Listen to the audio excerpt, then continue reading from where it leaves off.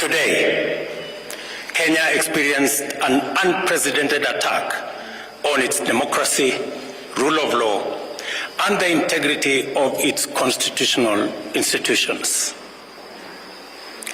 An otherwise legitimate expression of the fundamental rights and freedoms of assembly, demonstration, picketing, and petitioning of public authorities by a section of law-abiding citizens of the Republic of Kenya was infiltrated and hijacked by a group of organized criminals. Most regrettably, today's attack on Kenya's constitutional order has resulted in the loss of lives, also destruction of property and desecration of institutions and emblems of our sovereignty. Today's events mark a critical turning point on how we respond to grave threats to our national security.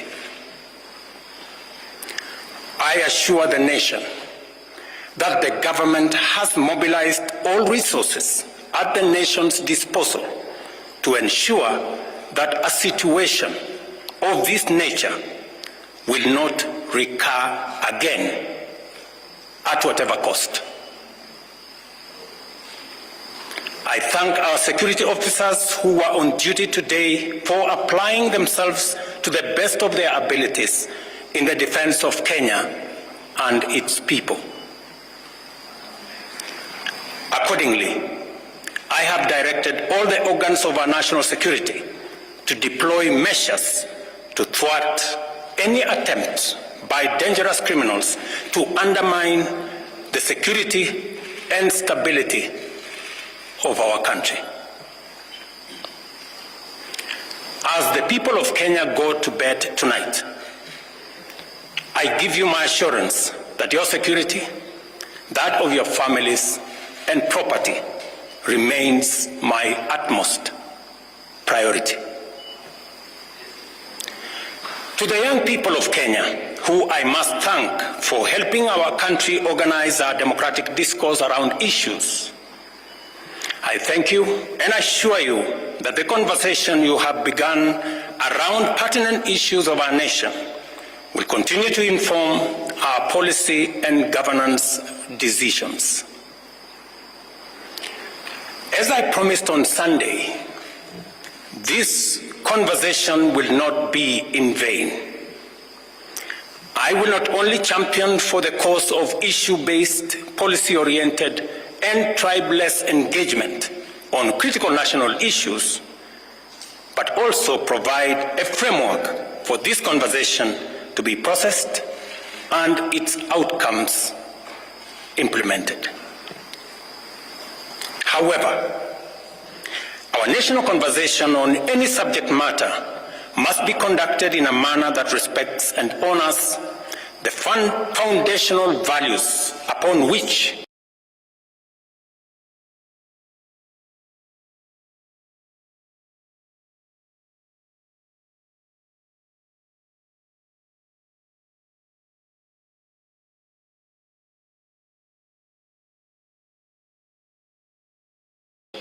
our nation is established. We have incurred as a nation today. It is possible that the criminals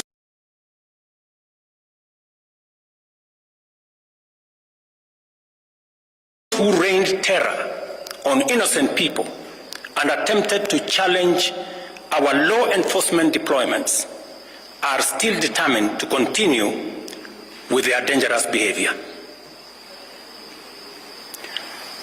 I assure the nation of the government's determination to fulfill its constitutional duty of protecting the people of Kenya against all forms of harm. I hereby put on notice the planners, financiers, orchestrators, and abettors of violence and anarchy that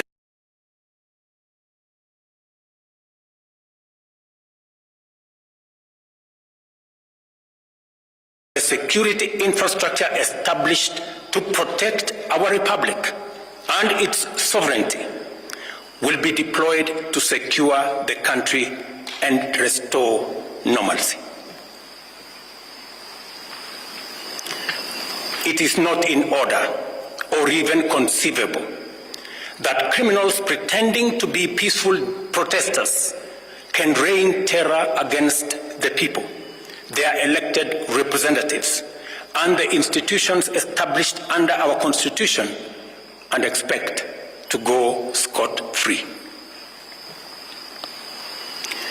We must isolate crime from democratic expression and separate criminals from people exercising the freedom of expression and divergent opinion. I shall continue to lead a government that is fully committed to maintaining the integrity of our state, promoting the unity of our nation, and enhancing the peace and security of all citizens and their livelihoods. I am bound under sacred constitutional mandate to respect, uphold, and defend the Constitution of Kenya, which declares that all sovereign power belongs to the people, and that this power shall be exercised only in accordance with the Constitution. The government will therefore uphold its constitutional mandate to secure our nation and its development, and shall treat every threat to national security and the integrity of our state as an existential danger to our republic.